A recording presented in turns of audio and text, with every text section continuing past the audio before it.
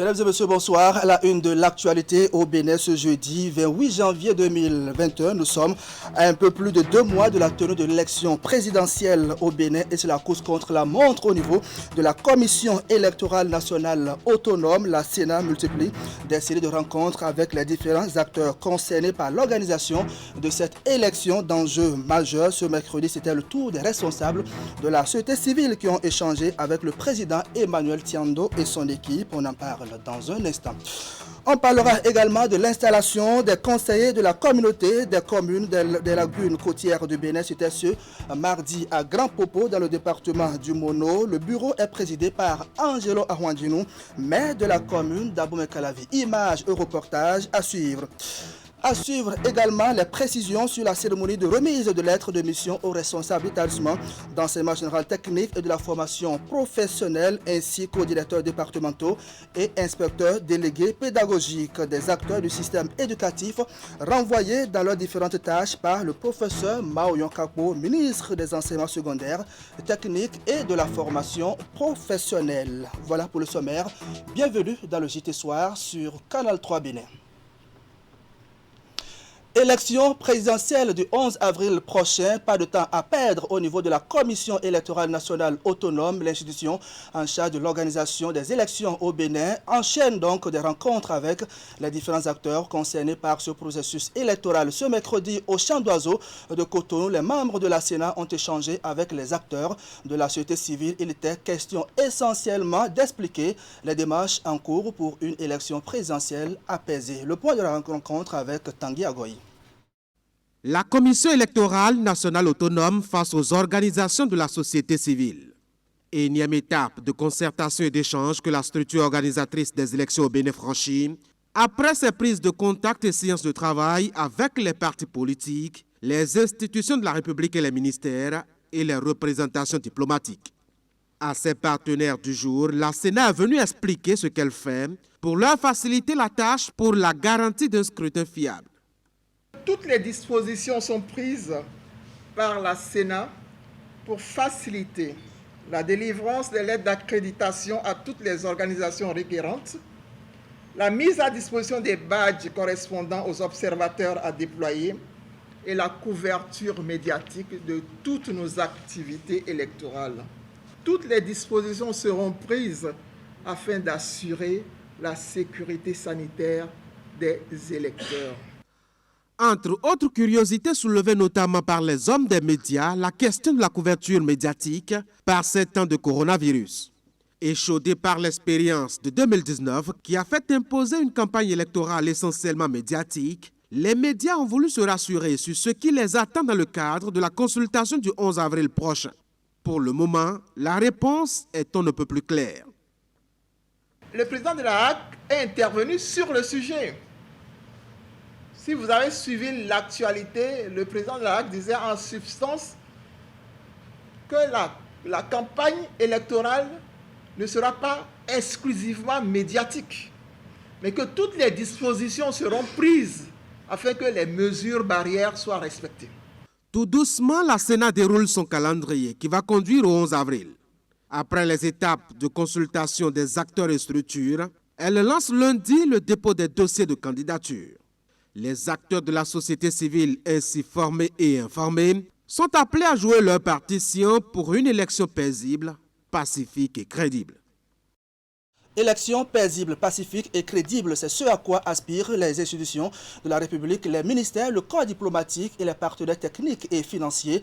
Ces différentes parties ont été également rencontrées par les membres de la Sénat avec le président Emmanuel Tiando et son équipe. Le contenu du calendrier électoral a été présenté. Ne pouvant pas porter à elle seule la responsabilité de l'organisation d'une élection, la commission électorale veut avoir la contribution de ces différentes personnalités pour parfaire sa stratégie et sa méthode. Après les partis politiques, ce sont les institutions de la République, les ministères, les corps diplomatiques et les partenaires techniques et financiers impliqués dans le processus électoral qui sont ici conviés par la Sénat. L'exercice reste le même, partager avec eux les détails du calendrier électoral établi et surtout leur exprimer les attentes de la Commission électorale nationale autonome.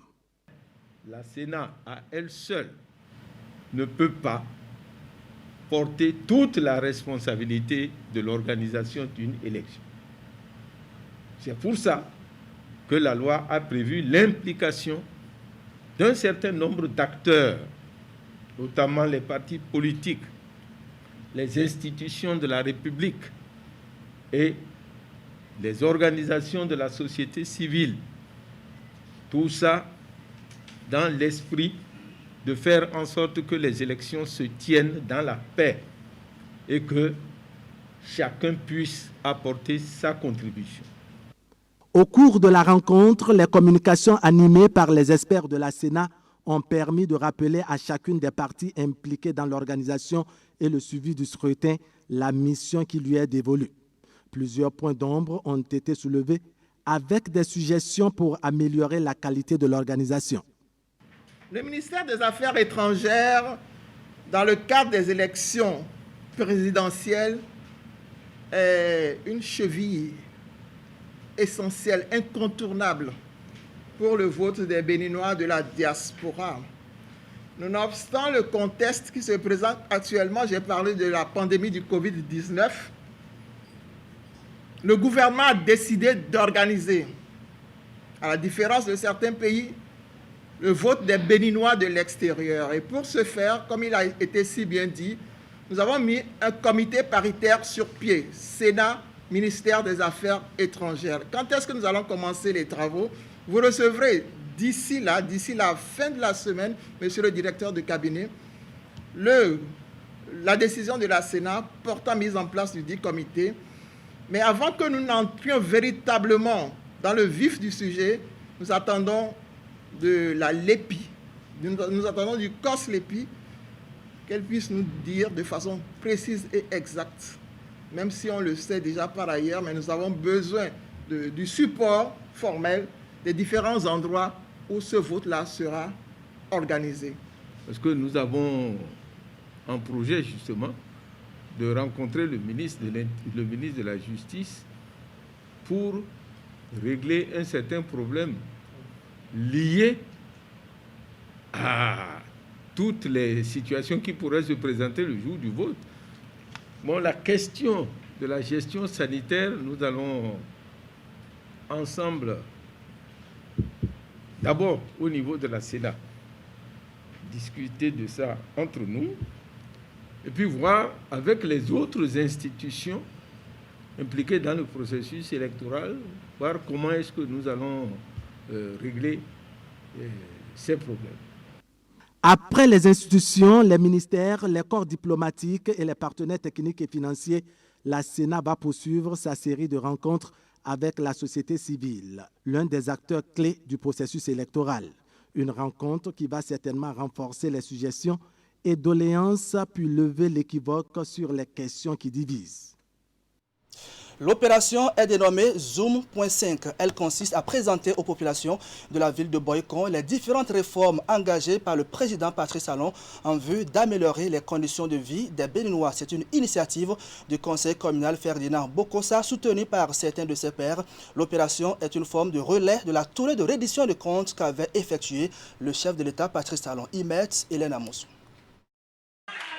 Démarrée à l'e-16 août, l'opération se poursuit dans le reste des arrondissements de la commune de Boycon. Zoom.5 vise à présenter aux populations les différents projets et programmes exécutés dans la ville dans le cadre de la mise en œuvre du programme d'action du gouvernement ces 5 dernières années. La démarche vient en réponse aux instructions données par le chef de l'exécutif lors de son dernier passage dans la ville Carrefour. C'est seulement les insensés qui ne voient pas tout ce qui se passe à Boycon. Au Bénin, on est en train de voir ça. Et pourquoi ne pas rester derrière l'équipe qui travaille? En 5 ans, nous avons constaté ce que le président Talon a fait. Par rapport à cela, nous invitons toute la population à bien vouloir rester sereins. Dès qu'ils vont quitter ici maintenant, ils seront nos porte-parole au niveau de chaque quartier respectif.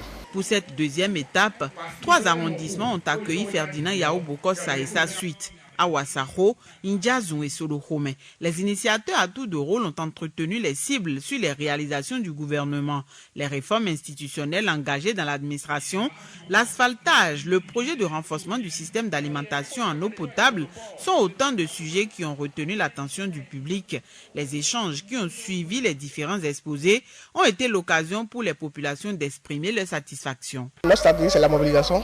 On va sensibiliser la population, on va les sensibiliser, on va dans les congrès les plus reculés pour sensibiliser nos parents, pour leur expliquer qu'en réalité, il faut nécessairement qu'ils reviennent pour finir les différents travaux. Nous avions eu la chance de rencontrer une population très calme et avec une méthodologie basée sur la lecture des réalisations secteur par secteur du programme d'action du gouvernement. Je pense que la population a compris et accepté réellement que le président Talon a impacté positivement la commune de Boycon en particulier, la commune et la République du Bénin en général.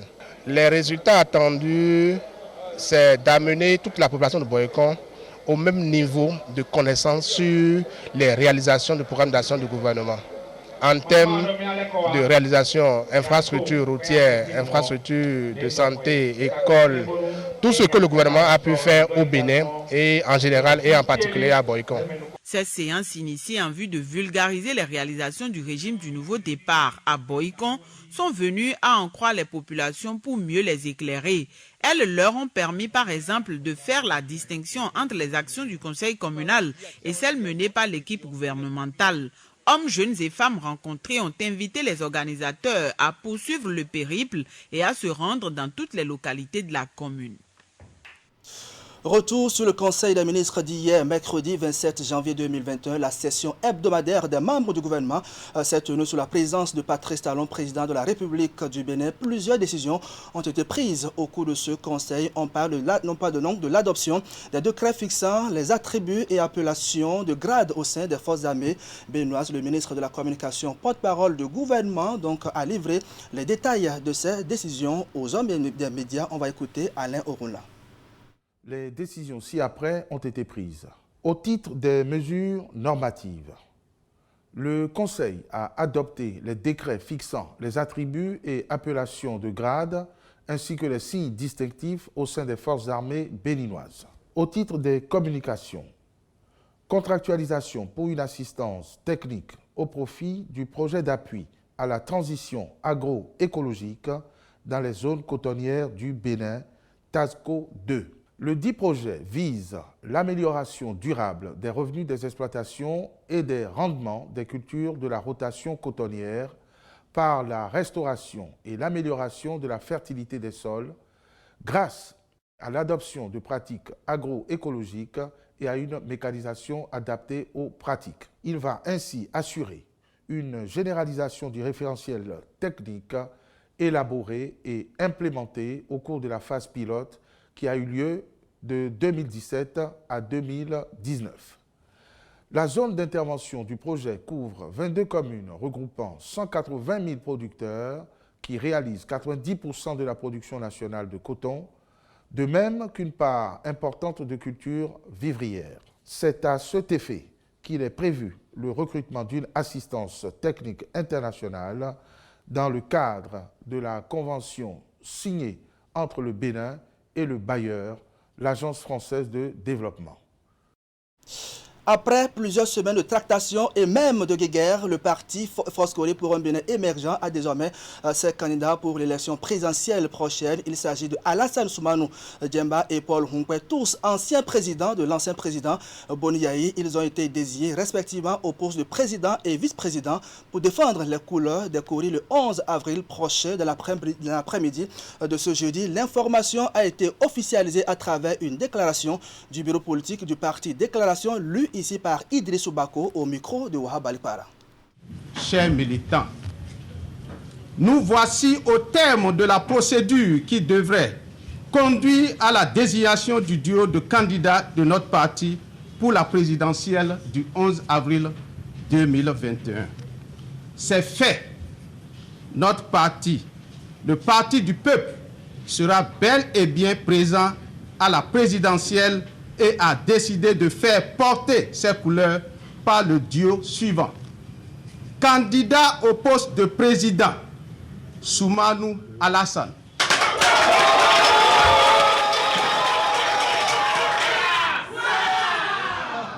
candidat au poste de vice-président, Humpe Paul.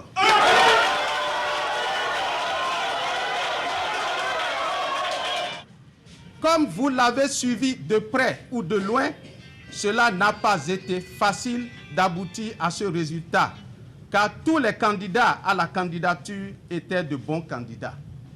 Mais il a fallu faire un choix basé sur des critères réalistes et sur la capacité de négociation et de rassemblement des candidats.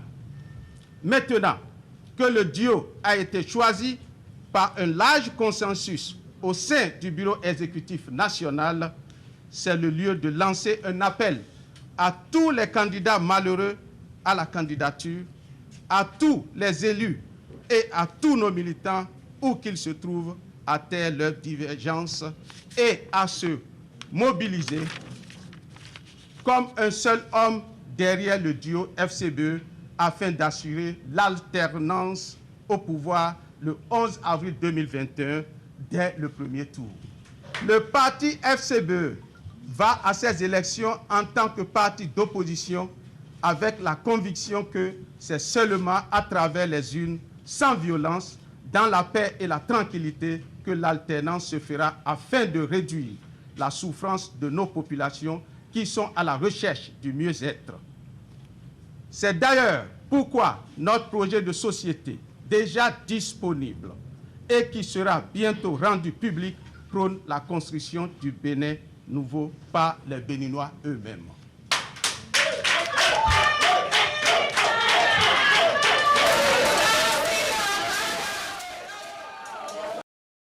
Voilà donc le duo qui va défendre les couleurs des forces Corée pour un Bénin émergent le dimanche 11 avril prochain. Dans l'actualité également, Angelo Ahouandjeno, maire d'Abomey-Calavi, préside désormais le bureau du conseil de la communauté des communes des lagunes côtières du Bénin. Il a été élu par ses pairs à la faveur d'une cérémonie qui s'est déroulée à Grand Popo en présence du préfet du Mono. Plus rien ne sera comme avant, s'est engagé Angelo Ahouandjeno. On voit ça avec Geoffroy Messan. C'est désormais une réalité. La deuxième mandature du Conseil de la communauté des communes des lagunes côtières du Bénin peut maintenant fonctionner. Les conseillers appelés à animer cette instance ont été officiellement installés dans leurs fonctions au cours de cette cérémonie solennelle qui s'est déroulée à Grand Popo. Je nous exhorte à être animés de sentiments d'humilité, de convivialité, de responsabilité, de sacrifice de soi pour objectivement profiter grandement de cet important outil de développement que constitue notre établissement public de coopération intercommunale. Je voudrais bien dire la communauté de communes des lagunes côtières. La communauté des communes des lagunes côtières, CCLC, est un regroupement intercommunal dont les composantes sont Abomey-Calavi, Ouidak, Bomasek, Komé et Grand Popo. À la suite de cette installation, il a été procédé à l'élection par consensus des membres du bureau exécutif. Le maire d'Abomey-Calavi est ainsi sorti président. Nous prenons l'engagement, tout en comptant sur votre accompagnement, que plus rien ne sera comme avant et nous allons essayer de marquer notre temps à l'image de notre chef de l'État, son Excellence, M. Guillaume Patrice Athanase Talon, qui est en train de transformer le Bénin. Nous allons lui emboîter les pas et accomplir pleinement, bien sûr, je le dis au nom de tous les membres de ce bureau, accomplir pleinement la tâche qui est la nôtre. La CCLC est un établissement public de coopération intercommunale appelé à exercer par délégation de pouvoir les compétences de ses membres en matière de la promotion du tourisme et de l'environnement.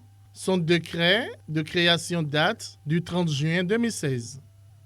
Je note avec allégresse que cette nouvelle équipe veut faire renaître cette communauté au niveau des départements de l'Atlantique et du Mono. Ce qui me réjouit surtout, c'est que ceux qui sont à la tête de ce bureau sont des hommes d'action. Je dis c'est des hommes d'action. Et cela nous rassure énormément Je voudrais vous demander, messieurs les présidents, de marquer votre passage. Nous sommes là pour vous accompagner. C'est une expérience que notre pays est en train de faire. Et notre EPCI est comme un EPCI pionnier. Nous ne devons pas faillir. Et c'est pour cela que je dis, nous sommes là pour vous soutenir. Vous irez de l'avant. Les 5 communes qui composent cette communauté forment un territoire où un fleuve, un lac, une lagune et un océan cohabitent. Ce regroupement est à cheval sur 2 départements, à savoir le Mono et l'Atlantique. La communauté des communes des lagunes côtières, CCLC, est née sur les cendres de l'ancien Conseil intercommunal d'éco-développement. Le Bénin accueille depuis ce mercredi 27 janvier au siège de la CCB à Cotonou la 8e Assemblée générale de la Fédération des chambres de commerce et d'industrie de l'Afrique de l'Ouest. Des assises qui plongent le numérique au cœur des solutions alternatives pour contrer les effets pervers du Covid-19 sur l'économie de la sous-région, faciliter une économie numérique africaine et permettre le commerce et les investissements transfrontaliers en Afrique de l'Ouest à l'ère du Covid-19. C'est autour de ce thème que les participants sont appelés à réfléchir pendant 2 jours. Reportage. C'est la 8e Assemblée générale de la Fédération des chambres de commerce et d'industrie de l'Afrique de l'Ouest qui se tient ici à Cotonou. Une rencontre qui n'occulte pas les circonstances sanitaires que traverse actuellement le monde. D'où l'importance du thème « Faciliter une économie numérique africaine et permettre le commerce et les investissements transfrontaliers en Afrique de l'Ouest à l'ère du Covid-19 ». This meeting with the theme facilitating an inclusive African digital economy and enabling cross-border trade and investment across West Africa in an era of COVID-19 is indeed apt and most appreciated at this period. Nous avons tous conscience de la nécessité de nous réinventer, de la nécessité de revoir nos modèles économiques, de la nécessité de commercer autrement, de la nécessité d'une transformation structurelle de nos dispositifs d'accompagnement des entreprises, aussi bien nationaux que régionaux, et par conséquent, nous devons sans fausse fuyant nous interroger sur l'avenir de notre fédération. La Fédération des chambres de commerce et d'industrie de l'Afrique de l'Ouest, FECIAO, ou FEWACI en anglais, promeut avec l'avènement du coronavirus l'émergence d'entreprises axées sur le numérique. Au menu donc de cette 8e Assemblée générale fédérative, plusieurs sujets d'intérêt commun seront développés. À travers les 2 points inscrits à l'ordre du jour des travaux de l'Assemblée générale ordinaire, il nous revient de veiller à l'intégration de nos choix stratégiques pour les 2 années de la prochaine mandature. Les différents programmes qui viendront renforcer le nouveau modèle économique, il va nous falloir construire une plus grande résilience de nos économies, nos entreprises, nos institutions et nos États. Cette rencontre qui se tient en présentiel et par visioconférence réunit des centaines de participants de tous les pays membres de l'espace CEDEAO. Le but visé est de relancer l'économie de la sous-région malgré la crise sanitaire liée au Covid qui a sensiblement ralenti les activités économiques au cours de l'année 2020. On va rester à la salle de conférence de la Chambre de commerce et d'industrie du Bénin qui, 24 heures avant, a initié un atelier bilan de la plateforme de concertation et de dialogue public-privé sur la qualité, une plateforme qui a pour objectif d'accompagner les entreprises pour l'amélioration de leur performance. À l'occasion, 3 entreprises ont été certifiées HACCP pour la gestion optimale de leur système de sécurité alimentaire. Reportage signé Ali Moumouni et Rafatou Amadou. Elles sont au total 3 entreprises à recevoir le certificat HACCP pour la gestion de leur système de sécurité alimentaire. 3 entreprises de 2 secteurs, à savoir la filière ananas et l'aviculture. Il s'agit des sociétés Fruitilou, La Bonne Viande et Agrodynamique. C'est avec une grande joie et une satisfaction réelle que nous vivons cette cérémonie de remise.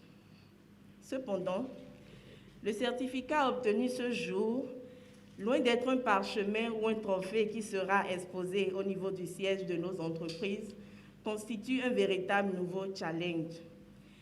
La qualité, c'est ce que nous pouvons vendre pour identifier notre pays et marquer la différence avec les autres sur le marché international, un marché de concurrence devenu de plus en plus exigeant. La certification de ces entreprises est un résultat illustratif des activités de la plateforme de concertation et de dialogue public-privé sur la qualité au titre de l'année 2020, laquelle plateforme est hébergée par la Chambre de commerce et d'industrie du Bénin et vise à accompagner les entreprises pour l'amélioration de leurs prestations. Il ne serait pas superflu de rappeler à votre attention les 3 idées forces qui ont milité en la création de la plateforme. Il s'agit de la nécessité de disposer d'un cadre inclusif pour impulser dans une démarche durable et consensuelle toutes les actions et mesures nécessaires pour la promotion de la qualité, la nécessité de se faire converger les efforts et avec l'administration publique et du secteur privé, la nécessité d'instaurer un dialogue durable et participatif entre le secteur public et le secteur privé. Au cours de cet atelier bilan de la plateforme qualité de la CCIB, les participants ont suivi plusieurs communications. Celle-ci porte sur les activités menées par la plateforme au cours de l'année précédente et les différentes orientations du plan de travail annuel de 2021. En œuvrant pour la mise en place du cadre de concertation de la plateforme qualité, vous, chers acteurs du secteur privé, avez compris la vision du président de la République et de son gouvernement à travers le PAG dans les axes stratégiques 3 et 4 du pilier 2, intitulé « Engager la transformation structurelle de l'économie béninoise ». La plateforme qualité, faut-il le rappeler, dans cet environnement concurrentiel où la qualité est un défi à relever chaque jour, vise à instaurer et à renforcer un dialogue permanent entre les acteurs du secteur public et privé pour améliorer la productivité, la compétitivité des produits made in Bénin. À travers cet atelier, il est attendu l'amélioration de la performance et de la visibilité de la plateforme de concertation et de dialogue public-privé sur la qualité. C'est aussi un cadre d'échange et de partage sur les grands sujets de préoccupation de la vie des entreprises et surtout celle des filières du projet d'appui au renforcement des acteurs du secteur privé par ACEP, un projet financé par l'Union européenne et l'Agence française de développement. Et pendant ce temps, le ministère des Infrastructures et des Transports reçoit un lot de matériel de l'Agence nationale de développement belge. Le don est destiné aux acteurs du port autonome de Cotonou. C'est l'un des fruits du projet d'appui au secteur portuaire Passeport. On fait le point avec Nagui Balagou. Je dois entendre pour la très fort. Merci madame, merci beaucoup. Merci, nous ferons bon usage. Du matériel roulant, des mobiliers et un important lot d'équipements informatiques au profit du ministère des Infrastructures et des Transports. Le don de l'Agence belge de développement Enabel dans le cadre du projet d'appui au secteur portuaire Passeport a été officialisé hier au détour d'une cérémonie solennelle qui a consacré la remise de ces équipements et matériels aux bénéficiaires. Je suis très heureux de recevoir ce matériel et ces équipements parce que d'une part, ça va permettre de donner un coup de pouce à la direction. Ces matériels que nous sommes en train de recevoir ce jour viennent à point nommé pour nous amener à augmenter notre efficacité sur la plateforme portuaire parce que la compétitivité du port dépend beaucoup de la capacité de l'administration à mieux l'accompagner. Ultime intervention par ailleurs qui s'inscrit dans la dynamique du renforcement des liens entre les deux pays et témoigne de la volonté de l'Agence belge de développement Enabel d'accompagner les directions des transports terrestres et de la marine marchande dans la mise en œuvre de leur mission régalienne en lien avec le secteur portuaire. Cet accompagnement est conçu pour contribuer à travers les 3 résultats du projet. Le premier, c'est l'amélioration de l'environnement des affaires et le renforcement de la confiance des clients.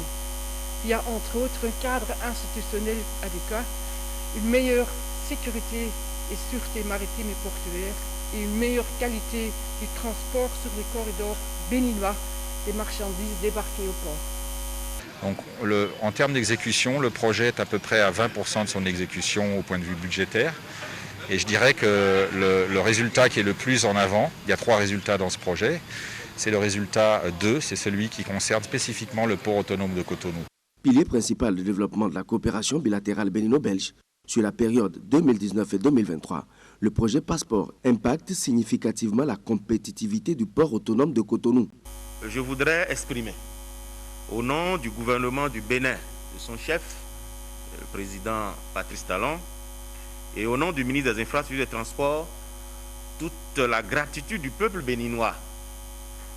Ce don, constitué de matériel roulant, matériel et mobilier, de bureaux, d'équipements informatiques et d'équipements de communication et de protection individuelle dont la liste vient de nous être communiquée, est d'une importance capitale pour le fonctionnement de cette direction. Je prends ici l'engagement solennel en leur nom que les matériels seront affectés aux agents et usagers auxquels ils sont destinés pour l'accomplissement de la mission à eux assignée. Je prends également l'engagement que ces matériels correspondent et correspondront bien aux usages qu'ils en seront faits et que le suivi et évaluation dont vous avez parlé, madame, sera effectif et compte rendu vous sera régulièrement. Signalons par ailleurs que le Royaume de Belgique a décidé depuis fin 2018 de payer les droits de douane et taxes sur les biens importés dans le cadre des actions de coopération, histoire de favoriser une mobilisation plus efficace et une meilleure maîtrise des ressources au niveau des pays en voie de développement. Je l'ai annoncé en début de cette session d'information, les responsables d'établissement d'enseignement général technique et de la formation professionnelle ainsi que les directeurs départementaux et inspecteurs pédagogiques délégués ont reçu ce mercredi des lettres de mission. Des lettres de mission reçues des mains du ministre des enseignements secondaires, techniques et de la formation professionnelle, le professeur Mao Nyokako. À travers cet acte, renvoie ainsi ses acteurs dans leurs différentes tâches pour le compte de l'année 2021. Reportage. C'est un double événement qui mobilise ici le ministre Mao Nyokako et ses collaborateurs. Il s'agit des cérémonies de remise de lettres de félicitations et de mission aux responsables départementaux, des directeurs d'établissement des enseignements secondaires, techniques et de la formation professionnelle, ainsi qu'aux inspecteurs pédagogiques délégués. La présente activité qui consacre la 3e édition de la cérémonie de remise officielle des lettres de mission intervient à la suite des 2 premières éditions qui ont été marquées par le renforcement de la qualité de la gouvernance scolaire et l'amélioration de l'offre éducative. Le comité de suivi des lettres de mission s'est attelé à développer une série d'actions d'accompagnement, notamment la confection d'une fiche de suivi paramétrée sous forme de formulaire sur la plateforme EducMaster. La mise en œuvre rigoureuse des recommandations issues des missions d'audit dans leurs écoles respectives a permis à 3 cadres du secteur d'enseignement général et technique de repartir avec des lettres de félicitations. Un couronnement qui porte la marque du chef de l'État et qui s'interprète comme une note incitative. La pratique des lettres de mission depuis la première édition fait observer, il faut l'avouer, un déséquilibre dans l'application des sanctions, entendues positives et pédagogiques. Mais ceux qui sont souvent ainsi sanctionnés ne sont que les chefs d'établissement, alors qu'ils ne sont pas les seuls à recevoir, et vous l'avez constaté dans cette salle, une fois encore, les lettres de mission. C'est pour cela que ce déséquilibre injuste au détriment des seuls chefs d'établissement sera corrigée au cours de cette année. Ces auréoles venant du président de la République constituent des éléments motivateurs et le ministre Mao Union Kakpo invite les autres à prendre exemple sur les bénéficiaires du jour afin de faire du secteur éducatif béninois un levier de développement. On va se quitter avec une note de sport. Une bonne nouvelle d'ailleurs pour le Bénin qui est sollicité par la ville de Baltimore aux États-Unis pour l'organisation de la candidature du pays pour accueillir la Coupe du Monde 2026. L'information est donnée mardi dernier par le conseil technique du ministre des Sports. À la faveur d'une conférence de presse, Jean-Marc Adjovi-Boko a expliqué les contours et l'intérêt de cette sollicitation du Bénin. Les précisions sont avec Ali Mouni. De toute évidence, les actions du gouvernement du Bénin sur le plan sportif commencent déjà par porter. Après avoir été choisi comme pays pilote dans la mise en œuvre du projet Football for School de la FIFA, c'est la ville de Baltimore aux États-Unis qui sollicite aujourd'hui le Bénin. Il est question ici pour le Bénin de participer à l'organisation de la candidature de Baltimore pour accueillir la Coupe du Monde 2026. Et c'est dans l'intérêt du Bénin que le ministre qui a accepté de travailler sur cette candidature. Et au-delà de cette candidature, et on l'espère de l'obtention de cette compétition à Baltimore, ce sont des échanges autant sur le plan sportif que sur le plan culturel. Sachez que, et sur le plan économique, sachez que la ville de Baltimore et l'État qui est dans l'État du Maryland est un des États où il y a le plus d'afro-descendants. Cette demande de partenariat obéit à notre logique de nous associer à tous ceux qui peuvent entreprendre une action dans l'intérêt de notre pays. À vous confirmer que ce soutien à la candidature de cette ville américaine, qui a beaucoup de similitudes identitaires avec notre pays, est un soutien qui pour nous est tout naturel, et à confirmer qu'enfin nous allons, au-delà de ce soutien, nous organiser nous-mêmes pour que le Bénin soit présent à cette Coupe du Monde 2026. Le partenariat qui vient de naître entre le Bénin et la ville de Baltimore sera porté sur le long terme. Il permettra d'améliorer la visibilité du Bénin au plan international. La Coupe du Monde est vraiment la porte d'entrée pour un partenariat qui va bien au-delà du football et de la Coupe du Monde. Et d'ailleurs, j'ai oublié de le préciser tout à l'heure, que la ville de Baltimore soit retenue ou pas, ce partenariat existe et existera. Et c'est quelque chose qui, pour moi, est significatif de la volonté d'une ville et d'un État, d'un partenariat avec un continent qui est en train de grandir et avec un pays qui est en train de montrer ce qu'il vaut et en train de se révéler. Le pays du Bénin, c'est le premier pays qu'on n'a jamais choisi pour faire quelque chose comme ça, parce que le lait, c'est naturel. Le Bénin, c'est un football, c'est un pays de football et c'est un pays sportif. Il fait beaucoup de choses en ce qui concerne l'infrastructure dans tout le pays. Nous aussi, on fait la même chose ensemble. Donc, le pays du Bénin, c'était le premier pays africain qui a choisi aux États-Unis pour faire le hosting pour la Coupe du Monde. Il faut souligner que grâce au partenariat entre le Bénin et la ville de Baltimore, toutes les autres disciplines sportives et surtout le basketball pourront bénéficier de l'expérience des États-Unis. Il en est de même pour les autres secteurs, dont la culture et le tourisme. Voilà, mesdames et messieurs, ainsi va le Bénin ce jeudi 28 janvier 2021. Merci à vous qui nous suivez depuis Pobet. Merci de votre fidélité au programme de Canal 3 Bénin. On se retrouve demain quand il va sonner 19h30. Merci, au revoir.